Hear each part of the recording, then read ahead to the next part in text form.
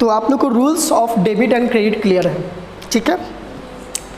अब कह रहा है कि अब हम लोग जो है जर्नल को स्टार्ट करते हैं। तो सबसे पहले जानेंगे कि जर्नल जो है होता क्या है। So journal is an original book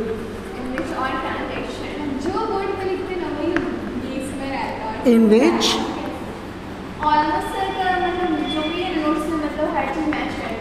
all transactions related to business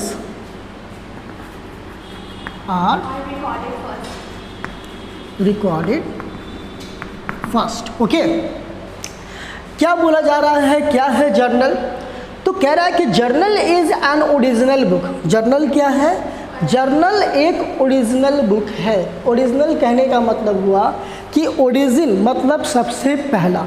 journal क्या है? Journal is an original book in which all transactions related to business are recorded first. Means कि जब भी हम लोग अकाउंट्स मेंटेन करते हैं, कहीं भी, किसी भी ऑफिस में, किसी भी बिजनेस में, जब भी अकाउंट्स मेंटेन किया जाता है, तो जब भी मेंटेन किया जाता है तो हम किसी एक जगह पे ट्रांजैक्शंस को रिकॉर्ड नहीं करते हैं। हम लोग ट्रांजैक्शंस को अलग अलग जगह पे रिकॉर्ड करते हैं, ठीक है। जैसे एक बार ट्रांजैक्शंस हुआ तो सबसे पहले उसे हम लोग एक जगह रिकॉर्ड कर लिए, फिर उसके बाद सबका एक सेपरेट अकाउंट खोले लेज़र की तरफ, लेज़र में, फिर उसके बाद हम लोग ट्रायल बैलेंस, ऐसे करके बहुत सारे अकाउंट्स होते हैं जहाँ पे सेम ट्रांजैक्शंस को रिकॉर्ड किया जाता है। ओके, लेकिन सबसे पहले जहाँ पे रिकॉर्ड किया जाता है, सबसे पहले जहाँ रिकॉर्ड होता है, उसे क्या कहते हैं? उसे हम कहते हैं जर्नल। बात समझ आई? जर्नल क्या है? तो जर्नल वो ओरिजिनल बुक है, यानी कि सबसे पहला बुक है जिसमें बिजनेस के अंदर होने वाले ट्रांजैक्शंस को सबसे पहले लिखा जाता है। फाइन, यानी कि जब भी हम लोग अकाउंट्स मेंटेन करते हैं तो बहुत सारे अकाउंट्स मेंटेन करते हैं, लेकिन ट्रांजैक्शंस को सबसे पहले जहां रिकॉर्ड करते हैं उसे हम लोग जर्नल कहते हैं। ओके, अब जर्नल होता कैसा है भाई? सो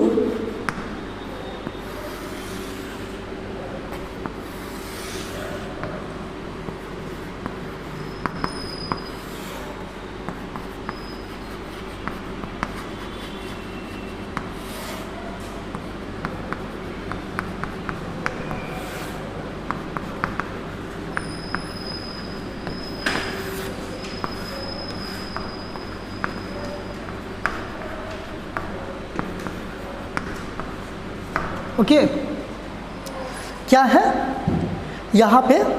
सबसे पहले जर्नल जो हम लोग बनाते हैं तो उसका फॉर्मेट कुछ इस तरीके से होता है जर्नल का। फर्स्ट कॉलम में क्या होता है? डेट। डेट का कॉलम के अंदर में हम लोग क्या लिखेंगे? तो जब भी ट्रांजैक्शन जिस डेट को भी होता है, इसके अंदर में हम लोग क्या करते हैं? उस डेट को मेंशन करते हैं। पर्टिकुलर वाले एरिया में हम लोग कौन सा अकाउंट इन्वॉल्व हुआ है उसको रिकॉर्ड करते हैं। एलिफ नंबर के अंदर में हम लोग लिखते हैं लेज़र फोलियो नंबर, यानी कि जर्नल के बाद हम लोग आगे लेज़र बनाएंगे, है ना। तो यहाँ पे जो जर्नल के अंदर में जो ट्रांजैक्शंस हुआ, रिकॉर्ड हुआ है, उसको कहाँ पे, किस लेज़र फोलियो में रिकॉर्ड किया गया, उसे सर्च करने के लिए हम एक नंबर डालते हैं जिसे हम लोग लेज़र फोलियो नंबर कहते हैं।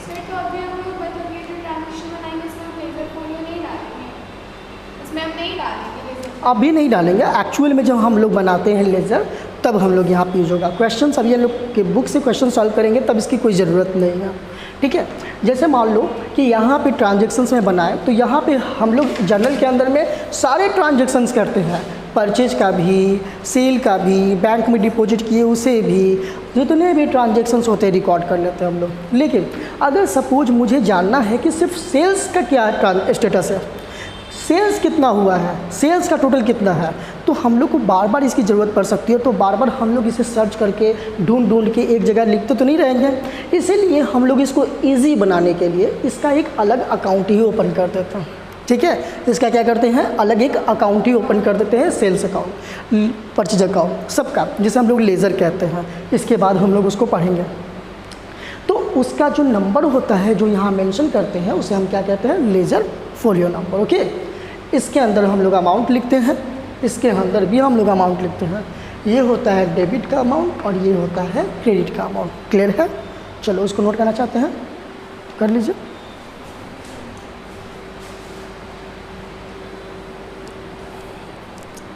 अब ये जो है जर्नल का फॉर्मेट हम लोगों ने देख लिया, ठीक है, ये जर्नल का फॉर्मेट क्लियर है। अब इसके अंदर हम लोग ट्रांजैक्शंस को रिकॉर्ड कैसे करते हैं वो सीखेंगे, ठीक है। तो यहाँ पे हम लोग क्या करते हैं, कुछ एग्जांपल ले लेते हैं। जैसे सपोज जनवरी 1 और यहाँ पे है started business with cash ₹1 lakh. Okay, फिर सेकेंड को purchased goods for cash ₹20,000। Then purchased goods on credit from Ram ₹50,000. Okay, then sold goods to Shyam ₹10,000 on credit and 7 sold goods for cash ₹5,000. Okay, ये कुछ examples हम लोग ले लिए। अब इसको हम लोग क्या करेंगे, रिकॉर्ड करेंगे इसके अंदर। देखो कितना ईजी है। हाँ, तारीख है, हो सकता है कि फर्स्ट को हुआ, सेकंड को हुआ, थर्ड फोर्थ को कुछ ट्रांजेक्शन नहीं, ठीक है। अभी क्या है, इसको कैसे रिकॉर्ड करेंगे, देखो कितना आसान है। सबसे पहले हमें क्या करना होगा कि मैंने बताया था कि हर ट्रांजेक्शन्स के अंदर में कम से कम 2 अकाउंट इन्वॉल्व होते हैं। स्टार्टेड बिजनेस विथ कैश, इसके अंदर कौन सा 2 अकाउंट है जो इन्वॉल्व हो रहा है, तो सबसे पहले कैश है ना, कैश, और सेकंड है कि started business with cash means कि someone is starting the business, कोई है जो बिजनेस को स्टार्ट कर रहा है। And who is going to start the business, कौन जा रहा है, पर्सन, वो ए हो सकता है, बी हो सकता है, सी हो सकता है, रमेश हो सकता है, सुमेश हो सकता है, कोई भी हो सकता है, कोई भी हो सकता है ना। और जो भी होगा वो बिजनेस का प्रोप्राइटर कहलाएगा, ओनर कहलाएगा। And as we know that the name of proprietor is not recorded in the books of accounts, तो क्या लिखते हैं हम उसके बदले,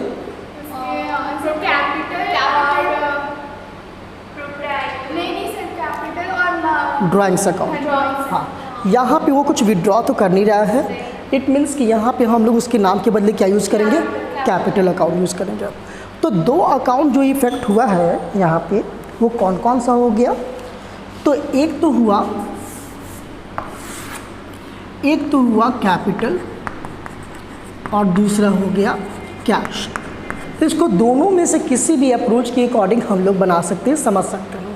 सबसे पहले अगर हम लोग अमेरिकन अप्रोच या फिर ट्रेडिशनल अप्रोच, अभी हम लोग ट्रेडिशनल अप्रोच के अकॉर्डिंग अगर समझें तो ये कौन सा अकाउंट हो गया, पर्सनल, और ये कौन सा अकाउंट हो गया, रियल अकाउंट।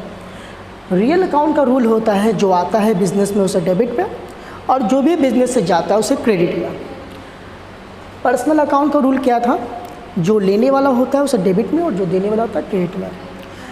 क्या हो क्या रहा है, तो कैश लगाकर बिजनेस शुरू किया गया।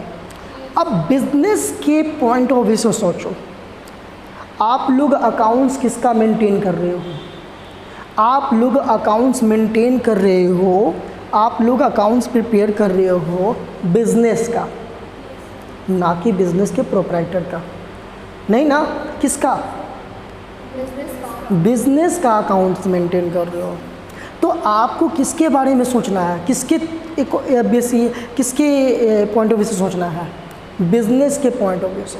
बिजनेस में क्या आ रहा है, बिजनेस से क्या जा रहा है, बिजनेस क्या ले रहा है, बिजनेस क्या दे रहा है, बिजनेस के क्या एक्सपेंसेस और लॉसेस हैं, और बिजनेस की क्या इनकम्स एंड गेन है, ये सोचना है। ये नहीं सोचना है कि बिज़नेस के ओनर को क्या आ रहा है, बिज़नेस के ओनर से के पास से क्या जा रहा है, ये नहीं सोचना। ठीक है, क्लियर है?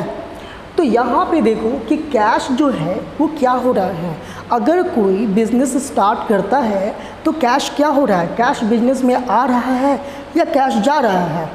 स्टार्टिंग हो रहा है तो सब बिजनेस मतलब कैश आ रहा है। बिजनेस में क्या हो रहा है, बिजनेस में आ रहा है कि बिजनेस से जा रहा है? बिजनेस में तो आ रहा है। बिजनेस में कैश क्या हो रहा है, आ रहा है। जैसे मान लो मैंने तुम्हें दिया 1 लाख रुपया और तुम जाकर बिजनेस स्टार्ट कर ली। मैं पूछूंगा क्या हुआ, 1 लाख रुपए क्या हुआ, पैसा क्या हुआ, तुम क्या बोलोगे? वो तो बिज़नेस में चला गया, है ना। यानी कि इन्वेस्ट हो रहा है बिज़नेस में, इट मीन्स कि बिज़नेस में कैश आ रहा है। तो कैश आ रहा है तो इसका मतलब इसे हम कहाँ लिखेंगे, डेबिट में। और कौन दे रहा है बिज़नेस को, पैसा कौन लगा रहा है बिज़नेस में? Who is introducing the amount, personal लगा रहा है, यानी कि कैपिटल अकाउंट। ठीक है, यानी कि ये क्या हो जाएगा, क्रेडिट। गिवर है तो क्रेडिट हो जाएगा। क्लियर है, क्लियर है? चलो अब जो है इसे हम लोग कैसे एंट्री कैसे करेंगे, किस तरीके से लिखेंगे हम लोग एंट्री कैसे करेंगे। तो देखो यहाँ पे कोई भी ईयर ले सकते हैं, मान लो 2017 है। ठीक है, सबसे पहला स्टेप जो होगा हमारा वो होगा डेट। यहाँ पे हमने लिख दिया जनवरी, 1 तारीख है तो लिख दिया 1। क्लियर है? ओके। अब दूसरा हम लोग देखेंगे किसको डेबिट करना है, किसको क्रेडिट करना है, ये पहले डिसाइड कर लेंगे। किससे डेबिट करना है, किसे क्रेडिट करना है, ये पहले डिसाइड कर लेंगे। यहाँ पे हमें किसे डेबिट करना है, कैश को, और क्रेडिट किसे करना है, कैपिटल को। तो जिसे डेबिट करना होता है, जिसे हम लोग को डेबिट करना होता है, उसको क्या करते हैं, ऊपर में लिखते हैं। कहाँ लिखते हैं, ऊपर में लिखते हैं। जैसे कैश अकाउंट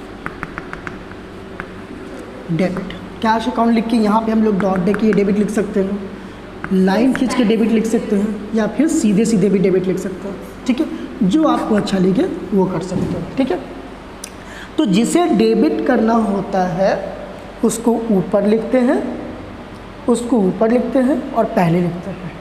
ठीक है, और उसे लिख के यहाँ पर डेबिट कर देंगे। ओके। दूसरा, जिसे क्रेडिट करना है, किसको क्रेडिट करना है, ये कैपिटल अकाउंट को। तो जिसे क्रेडिट करना है उसको लिखने के लिए थोड़ा सा स्पेस लेके यहाँ पे पहले लिखेंगे 2। ठीक है, और यहाँ पे लिख देंगे हम लोग कैपिटल अकाउंट। क्या लिख देंगे, नहीं, अब यहाँ पे क्रेडिट नहीं लिखेंगे, डेबिट में डेबिट लिखेंगे, क्रेडिट में क्रेडिट नहीं लिखेंगे। 2 लगा दिए, इसका मतलब ये क्रेडिट है। ठीक है, अब क्या करेंगे, अमाउंट कितना था, 1 लाख। 1 लाख तो कैश डेबिट में है ना, तो कैश के सामने सामने सामने आ जाओ। कैश के सामने वाला कॉलम क्या है, ये है, डेबिट का कॉलम ये है, क्रेडिट का कॉलम ये है। तो कैश का डेबिट में सामने में आ जाओ, और इसके ठीक सामने यहाँ पर लिख दिया हमने 1 लाख। ओके, और क्रेडिट कैपिटल है तो इसके सामने में आएंगे और इसके सामने लिख देंगे हम लोग 1 लाख। ओके, हाँ लिख दिया। ठीक है, अब क्या करेंगे, अब अगला जो स्टेप होगा वो ये कि हम लोग को एक स्टेटमेंट लिखने की ज़रूरत पड़ती है जिसको हम लोग नरेशन बोलते हैं। उसको लिखने के लिए बीइंग लिखो, यस, और जो ट्रांजैक्शन है उसी को रिपीट कर दो, being started business with cash. ये इसलिए लिखा जाता है क्योंकि बिज़नेस में हर कोई, बिज़नेस के अंदर में जो इन्वेस्टर्स हैं या फिर जो भी ओनर हैं, कोई भी है, सब लोग तो नहीं ना जानते अकाउंट्स की लैंग्वेज, डेबिट और क्रेडिट की लैंग्वेज को तो नहीं समझते हैं। तो इस स्टेटमेंट से कोई भी ये समझ सकता है कि इस ट्रांजैक्शंस में हुआ क्या है। ठीक है, ये क्लियर है, कोई प्रॉब्लम नहीं ना, क्लियर है ना। चलो नेक्स्ट हम लोग देखें सेकेंड नंबर। सेकेंड में बताओ कौन कौन से अकाउंट इन्वॉल्व हुए हैं।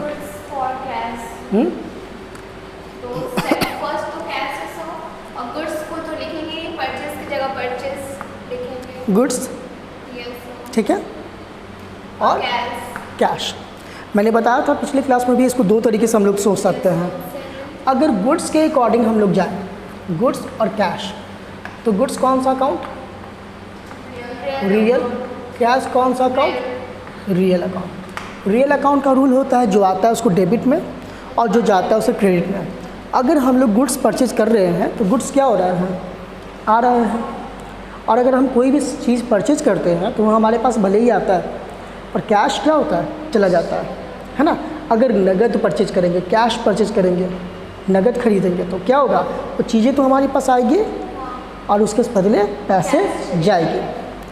तो यहाँ पे गुड्स आ रहा है तो देखेंगे कितने डेट को है भाई? 2 जनवरी। तो यहाँ पर जनवरी ऑलरेडी लिखा हुआ है, यहाँ पे 2 लिखेंगे इस तरीके से, ठीक है। गुड्स को गुड्स अकाउंट नहीं लिखा जाता है, गुड्स को क्या लिखेंगे हम लोग? Purchases account. क्यों नहीं गुड्स को गुड्स अकाउंट लिखा जाता है? क्यों नहीं लिख सकते हैं? क्यों इसका ऐसा मतलब होता होगा? ऐसा आप गुड्स को गुड्स नहीं लिखो, क्या प्रॉब्लम होती क्या होगी? क्यों ऐसा हो सकता है?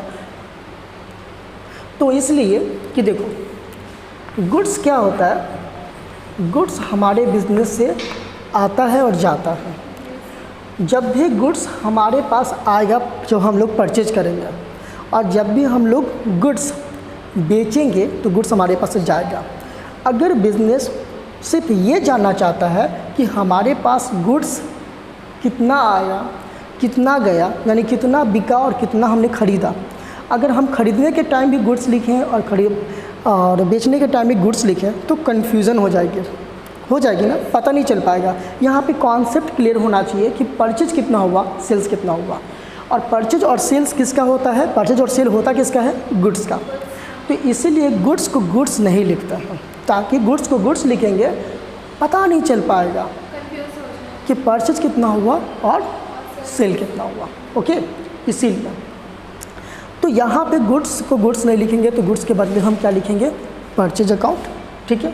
और कैश क्या हो रहा है? हमारे बिजनेस से जा रहा है, तो कैश के बदले हम लोग यहाँ पे कैश लिखते हैं। क्रेडिट जिसको करना है उसको क्या करेंगे? कैश में। गुड्स डेबिट में करना था तो मैंने बताया कि जिसको डेबिट करते हैं उसको ऊपर लिखते हैं, तो परचेज अकाउंट लिख के हमने डेबिट लिख दिया। और कैश जो बिजनेस से जाता है उसको क्रेडिट करते हैं, तो कैश यहाँ से जा रहा है तो 2 लगा के कैश लिख दिया यहाँ पे। क्लियर है? अब है यहाँ पे एक चीज़ कि एक और तरीका है जिससे हम लोग समझ सकते हैं। देखो, जब भी गुड्स परचेज करेंगे तो परचेज अकाउंट ओपन होगा, ओके, और जब भी गुड्स बेचेंगे तो सेल्स अकाउंट होगा। अच्छा ये बताओ कि जब भी परचेज होता है तो क्या होता है? हमारा खर्च हो जाता है ना। जब भी हम लोग परचेज करते हैं तो खर्च हो जाता है ना, एक्सपेंस हो जाता है ना। और जब भी हम लोग गुड्स बेचते हैं तो हमें इनकम होता है ना, इनकम होता है ना। जब भी हम लोग खरीदेंगे तो एक्सपेंस, और जब भी बेचेंगे तो इनकम। मैंने क्या बताया था? मैंने बताया था ना कि जब भी जो वो सारे अकाउंट जो कि एक्सपेंसेस, लॉसेस, इनकम और गेन से रिलेटेड हो उसको हम लोग क्या बोलते हैं? नॉमिनल अकाउंट बोलते हैं ना। तो ये नॉमिनल अकाउंट हो गया ना। Purchase account nominal account, sales account nominal account. Nominal account का रूल क्या था? एक्सपेंसेस और लॉसेस को डेबिट में, इनकम्स और गेन को क्रेडिट में। अगर हम गुड्स परचेज कर रहे हैं तो बताओ ये क्या है? इनकम है या एक्सपेंस है? एक्सपेंस। परचेज कर रहे हैं ना, पैसा जाएगा ना, एक्सपेंस। तो एक्सपेंस को कहाँ दिखाते हैं? डेबिट में। यहाँ पर डेबिट में है ना, ठीक है। तो बस अगर बेचेंगे तो क्या होगा? इनकम होगा, तो कहाँ चला जाएगा? क्रेडिट में। तो गुड्स, अगर हम लोग गुड्स के अकॉर्डिंग सोचें तो गुड्स जा रहा है तो क्रेडिट में, सेल्स अकाउंट क्रेडिट में। और सेल्स अकाउंट नॉमिनल अकाउंट के अकॉर्डिंग सोचें तो क्या होगा? इनकम और एक्सपेंस, इनकम और गेन को क्रेडिट में, ठीक है। तो ये हो गया। अब हमें फिर से स्टेटमेंट लिखनी होगी। तो बीइंग लिख के ट्रांजैक्शंस को रिपीट करेंगे। बीइंग परचेज्ड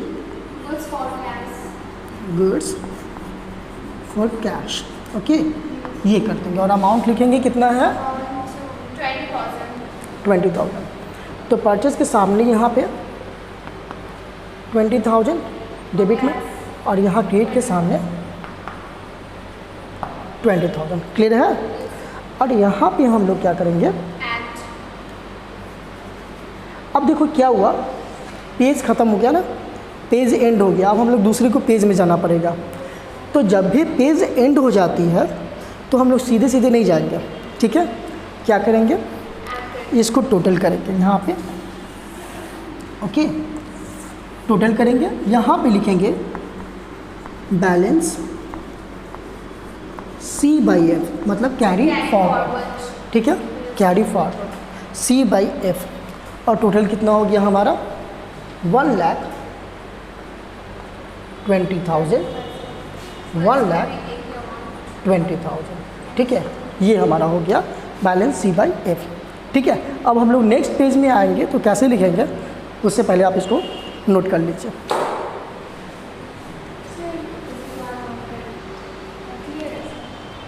हाँ, ये तो क्लियर हो गया है ना, हमारा पेज ख़त्म हो चुका था ना, लास्ट हो चुका था। अब हम लोग नेक्स्ट पेज में जा रहे हैं। तो यानी कि ख़त्म करने से पहले हमने क्या किया था, लिखा था बैलेंस C/F, मतलब कैरी फॉरवर्ड, आगे ले जाया जा रहा है। अब हम लोग क्या करेंगे, जब हम लोग नेक्स्ट पेज में पहुंचेंगे तो सबसे पहला काम जो होगा ना हमारा, वो क्या होगा उसको देखते हैं, ओके? चलो, हम लोग सबसे पहले यहाँ पे क्या करेंगे, जो भी नेक्स्ट डेट होगा, ठीक है, यानी कि अप्रैल या जो भी होगा उसको यहाँ पे हम लोग लिखते हैं जनवरी 2 लिख देते हैं, ठीक है? 17 जनवरी 2, ठीक है? क्योंकि 2 को ही हम लोग टोटल किए थे ना। और यहाँ स्टॉप करके वहीं से स्टार्ट करता है। तो उसके बाद हम लोग लिखेंगे यहाँ पे बैलेंस B/D या फिर B/F, दोनों में से कुछ भी यूज़ कर सकते हैं, ठीक है? ब्राउट फॉरवर्ड मतलब पीछे से आगे लाया गया, ठीक है? कितना टोटल हुआ था, 1,20,000 ना। Yes sir.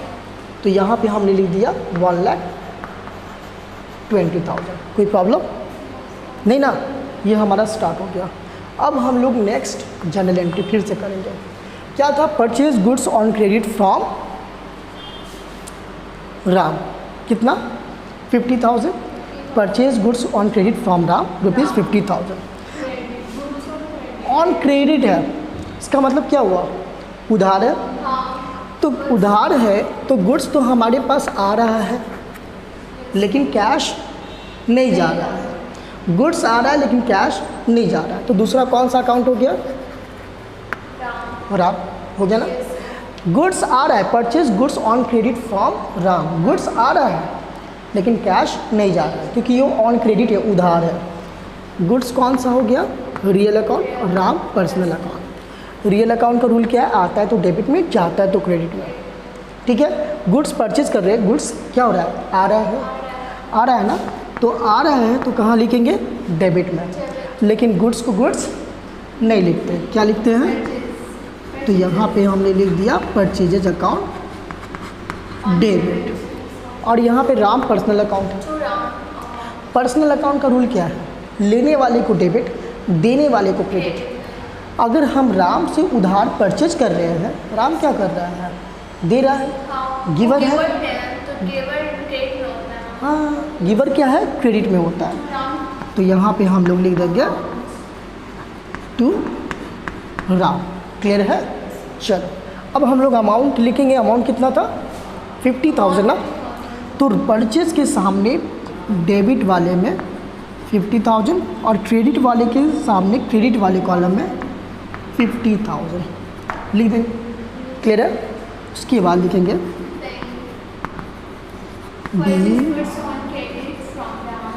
Purchased goods on credit from Ram. ठीक है, यहाँ से यहाँ तक लाइन। क्लियर है? सर वहाँ पर अमाउंट क्यों नहीं लिखते हैं? कहाँ पे यहाँ पर अमाउंट क्यों, अमाउंट लिखा तो मतलब यहाँ नहीं तो वहाँ पर मतलब लिखना नहीं, यहाँ पे ज़रूरी नहीं है, आप लिख सकते हो, लेकिन नरेशन जितना छोटा हो उतना बेटर है। ठीक है, ये मैं इसलिए बोलता हूँ कि रिपीट कर दो, क्योंकि बच्चे कंफ्यूज हो जाते हैं कि कैसे सर नरेशन लिखे हैं। तो बस बीइंग लिखो या फॉर लिखो और स्टेटमेंट को दोबारा रिपीट कर दो ट्रांजेक्शन को। लेकिन आप चाहो तो सिर्फ ऐसे लिख सकते हो, goods purchased on credit, being goods purchase by पर क्रेडिट। आप खुद से भी लिख सकते हो, है ना, इससे। ठीक है, क्लियर है? और बताएं, या खुद से भी सॉल्व कर सकते हो आप कि और ट्रांजेक्शन्स बना के बता दो। ठीक है, ये सिंपल ट्रांजेक्शन, ये कॉमन हो गया, तरीका मैंने बता दिया कि इस तरीके से बनता है। हाँ, जब लास्ट उसके बाद कोई ट्रांजेक्शन नहीं बचेगा तो हम लोग लिखेंगे टोटल बैलेंस, इस तरह से लिख देंगे और यहाँ पे जोड़कर डबल लाइन। ठीक है, नीचे में देखो डबल लाइन, यहाँ पे और टोटल लिख देना। हाँ, और एक बात का ध्यान रखना है कि at the end of total, अंत के लास्ट में, ठीक है, both side must be equal.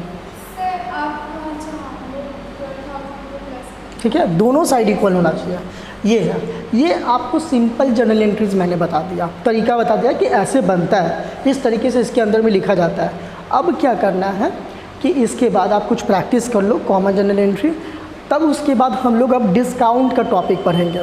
ठीक है, डिस्काउंट वाला क्वेश्चन होगा जर्नल एंट्री, तब कैसे पास करते हैं, और कुछ और भी होगा। ठीक है, हम लोग एक जर्नल एंट्री बना के प्रैक्टिस करेंगे, जैसे कि कैश डिपॉजिट हुआ बैंक में तो किया, ये सिर्फ मैंने तरीका बताया था। ठीक है, चलो, तो इस असाइनमेंट के अंदर में दिया हुआ है, उस पर प्रैक्टिस कर लो तुम लोग। तो ये क्लियर है? अब आप लोग खुद से सॉल्व कर सकते हो, एक आध दो बना कर ट्राई करो। ठीक है, उसके बाद करो।